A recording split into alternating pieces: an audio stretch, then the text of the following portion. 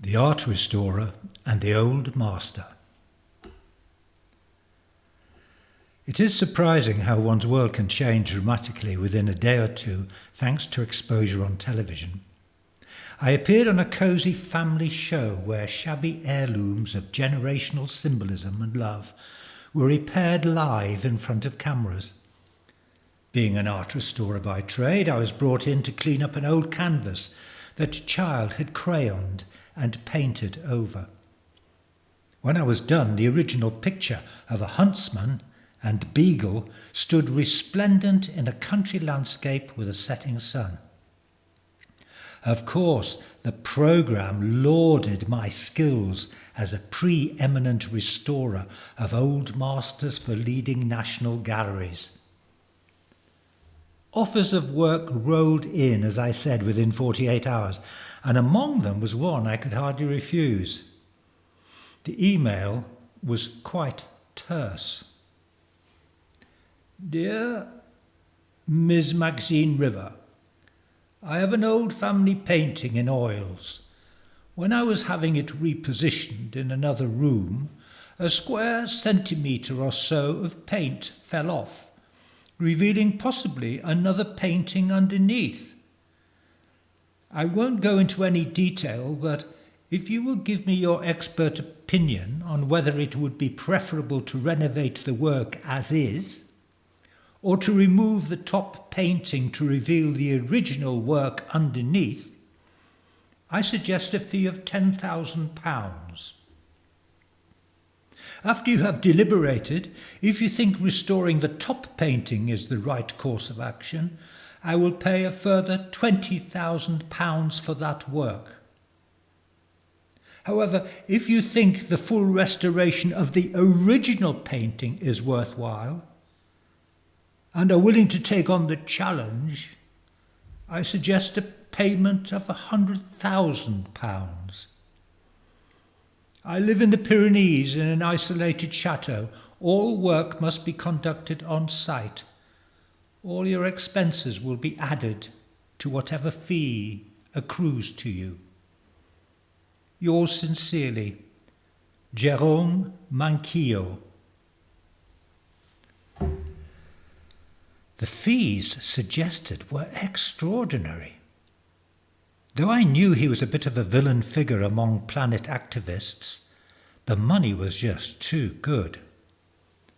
I quickly agreed, signed the contract, and set off to meet Monsieur Manquillo at his home. A flight from London Stansted with 3 suitcases full of clothes, tools and materials to Perpignan soon found me sitting in a waiting 4x4 which then took the road out towards Andorra.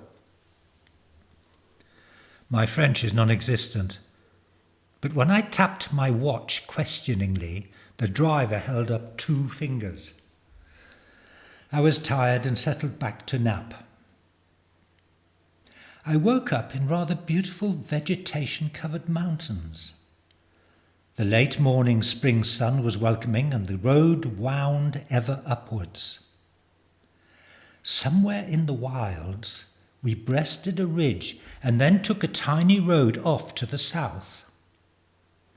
We passed a couple of derelict outbuildings before dropping onto an upland plateau with a small lake, and beyond it the high-walled perimeter of the chateau grounds. I could see the turrets and conical towers poking above trees and walls. Electronic gates opened to the driver's mobile phone as we approached. It was an impressive cream stone building that shone in the sun. The gardens around it were immaculately kept. Lawns were bordered with flower beds in bloom and box hedges. 2 sets of stone steps angled up from either side to the doors. Standing on the landing before them was the bent figure of Jérôme Manquillo. In brocaded old green velvet and riding boots, he looked like he'd stepped out of one of my old masters. I climbed the steps to greet him. I was struck by his ancient lined features, his watery blue left eye and bright right one, and his claw-like hands with long curved nails. There was a livid scar on his throat just poking out from under his collar. Nosferatu, I grinned to myself. Hello, Miss River. Welcome to my far from humble abode. He gave a crackly laugh. You see, I dressed for the occasion. I thought it would be amusing. We kissed on both cheeks. I felt somewhat out of time in my pigtailed jeans, trainers, and bike leather jacket. Maria will show you to your room to stow your things. Bruno will take your equipment to the workshop we have prepared for you. Lunch in an hour. Lunch was a salad, thin slices of cold roast pork, and a very old Comté cheese with a red currant chutney.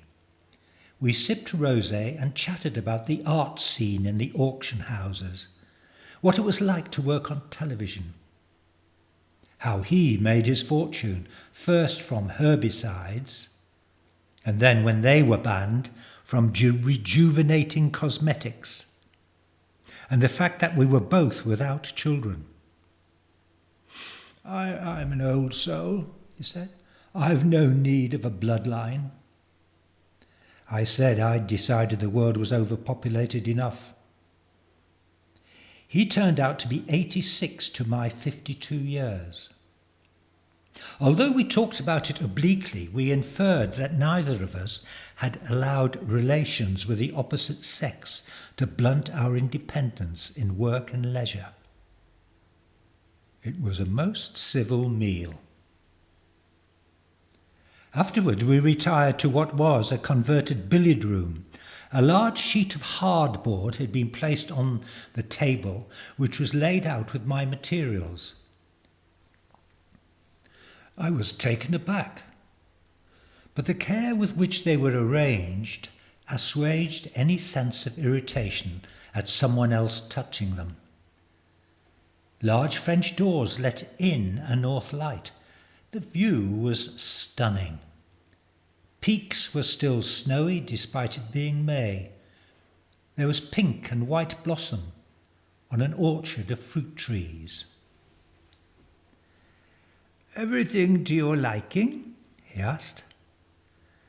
I have to say, perfect, I replied. Good. So now we can have the unveiling, and you will understand the full import of my joke. He walked stiffly to the big easel on which the painting was mounted, covered with white linen. With a flourish, he said, Say hello to Robert, my forebear. He removed the cloth to reveal a portrait of an elderly ancestor in green velvet jacket, trousers, and riding boots. The likeness between Manquillo and his relative was so uncanny we both laughed. It really was an amusing joke. So, I will leave you for a couple of hours. I look forward to your decision on our best course of action, though I feel I already know the answer. And he slowly left the room and closed the double doors behind him. I examined every inch of the painting. It was undated and unsigned except for a curious red cross in a circle stamped in the bottom left corner. There was a deal of crazing on its surface. Minute flakes of paint had broken away. The centimetre of paint underneath that had been revealed by the major dislodgement occupied me for quite some time. It was oddly disturbing. It appeared that the faces in the two paintings were exactly juxtaposed one upon the other. The missing centimetre of the top one, comprising the complete right eye of the portrait, now revealed the blue iris and pupil of another eye underneath. I magnified it. Unlike the later work, it was exquisitely executed. I carefully removed other areas of distressed varnish and paint and came to the conclusion that the original work was far superior to the later cover-up. For cover-up was my emotional response to it. Someone had deliberately masked the original painting. To what end? It was perplexing. When Jerome Manquillo returned, we quickly agreed I should expose the original portrait. I mentioned my disturbed sense that there was something unpleasant in the way the portrait had been, and I used the word judiciously, defaced. "You are an exceedingly clever woman, Miss River, and quite on the mark. My ancestor was hated for a multitude of reasons by the church. He was accused of being an antichrist. His throat was cut by a Jesuit assassin. For a while, Rome commandeered this chateau, during which time the painting was, as you say, quite rightly, defaced. It was returned to the family following a long legal battle and with the support of the French state." He patted my arm. "So we are to proceed with your full uncovering of the first portrait." "Excellent." Manquillo visited the studio just once in the next month to announce he was travelling for a couple of weeks on business. He was careful, I noticed with surprise, not to look at the canvas. Curious to say, he was walking a lot more easily, and looked quite handsome in a well-cut modern suit, much less than his 85 years. I worked long hours, ceaselessly, driven by a strange fixation with the canvas, and like anything I had undertaken before in my life, it consumed me. Somehow an otherworldly power embedded in the original work seemed to reach out and bind me to it, as though the portrait was drowning in its overcoat of crude oils, so that every fragment I removed helped it to breathe a little more easily. A much younger image was slowly being revealed, a man of perhaps 40 years, with a wolfish, bronzed, haughty demeanour, in an imposing black velvet suit with gold buttons. The most complex area for removal was on its throat. Extra layers of paint had been used to hide a vivid scar. I assumed that this must be a birthmark handed down through the male line.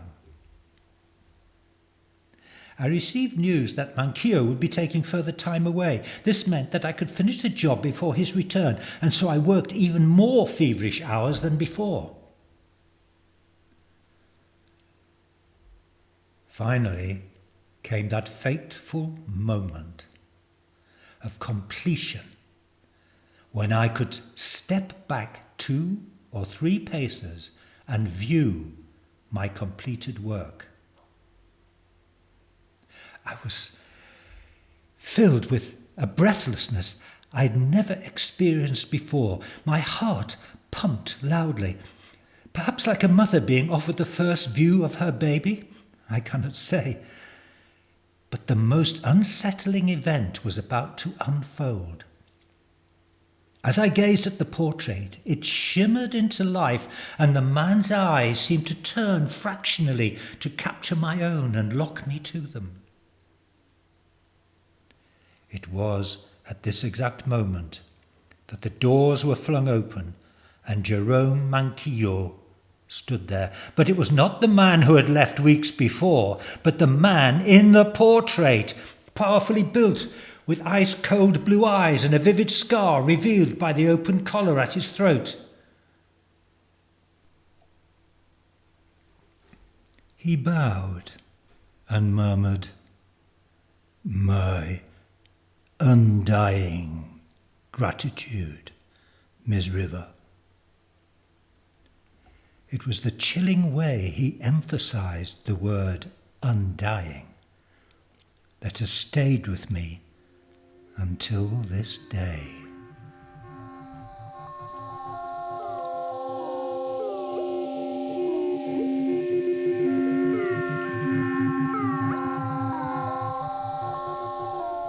So there we have The Art Restorer and The Old Master. I hope you enjoyed it. If you check out the playlist Dark on this channel, you'll be able to get your fill of the Gothic and the uncanny. In the meantime, please subscribe by clicking the subscribe button. And if you'd like to read my work as well as listen to it, please go to my channel www.jacksanger.com. And there you can download for free novels, short stories, plays and poetry. And that's it for now. No doubt I'll be back soon with another tale. Until then, bye-bye. Go in peace. Bye-bye.